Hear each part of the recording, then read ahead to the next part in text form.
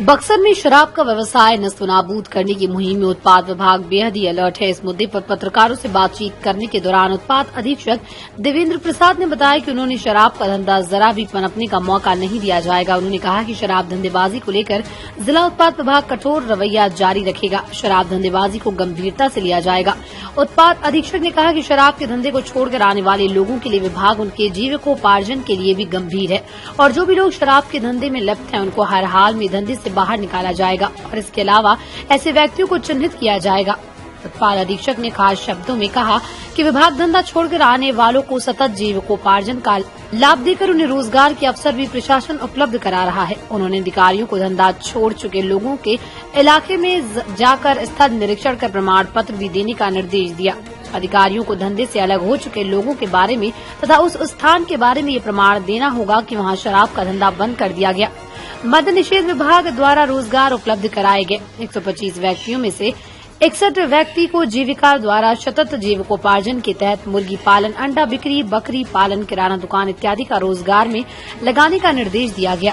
उन्होंने कहा कि जिले के महादलित टोलों में ऐसे लोगों को 15 दिनों में रोजगार उपलब्ध कराने की मुहिम चल रही है। महाप्रबंधक जिला उद्योग केंद्र को भी शराब धंधा छोड़ने वालों को प्राथमिकता देने को कहा ताकि ऐसे लोगों के जीवन स्तर में सुधार हो सके। बक्सर से धीरज कुमार की रिपोर्ट।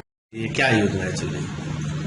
संस्था देखिए, ऐसे तो मद्य निषेध पूरी तरीका से लागू है, लेकिन इसके उपरांत भी रोजगार के अंतर्गत आपके शहर में इथेनॉल की एक फैक्ट्री लगाई जा रही है जो नवानगर में है, जिसका उद्देश्य है कि जो पेट्रोल की कीमतें लगातार बढ़ रही है उसको मिक्सअप करना है।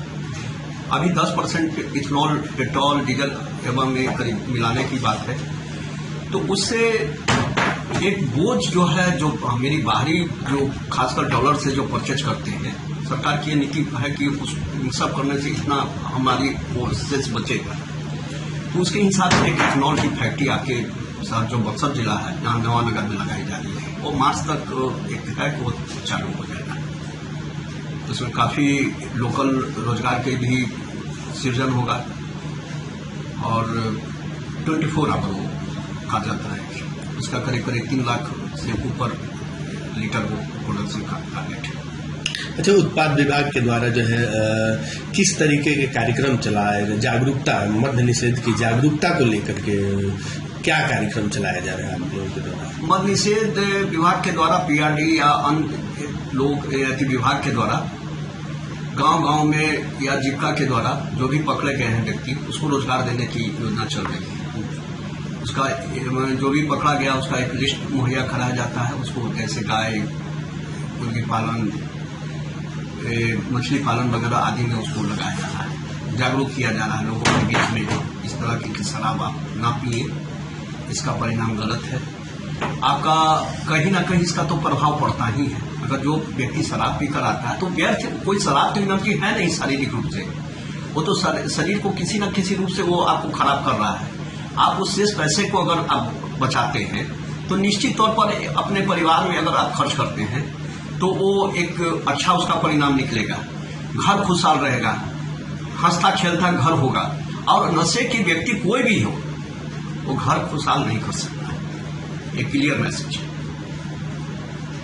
अच्छा सर, क्या नीति है सरकार की, जो है अगली क्या रणनीति है शराब को लेकर के? जिस तरीके से शराब बरामद हो रहे हैं भारी मात्रा में उत्पाद विभाग या और विभागों के द्वारा, तो आने वाले समय में क्या रणनीति से आप लोग काम करेंगे?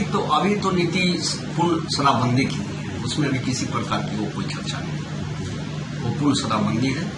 माननीय मुख्यमंत्री महोदय बहुत बार इस बात को बोल चुके हैं कि मेरा राज्य जो है पूर्ण शराबबंदी की ओर, अब तो नशा बंदी की ओर बढ़ रही है। पहले शराबबंदी की होती है, तो नशाबंदी की ओर बढ़ने की स्थिति है। तो कैसे आप लोग इसको, जैसे जो गंगा के तटीय इलाके वगैरह हैं वहाँ पर काफी चुनौतियां हैं, जो उत्पाद विभाग के द्वारा कैसे चुनौतियों का आप निपटेंगे? ये तो आपका बक्सर जिला जो है बहुत बड़ी चुनौती है, क्योंकि मेरे एक साइड में नदी है, एक साइड में ट्रेन का आवागमन है, दूसरी बात दमदार निर्माण का भरोसा लाल स्टील टीएमटी बार्स, हर निर्माण के लिए उपयोग। लाल स्टील टीएमटी बार्स, रिश्ता मजबूती का।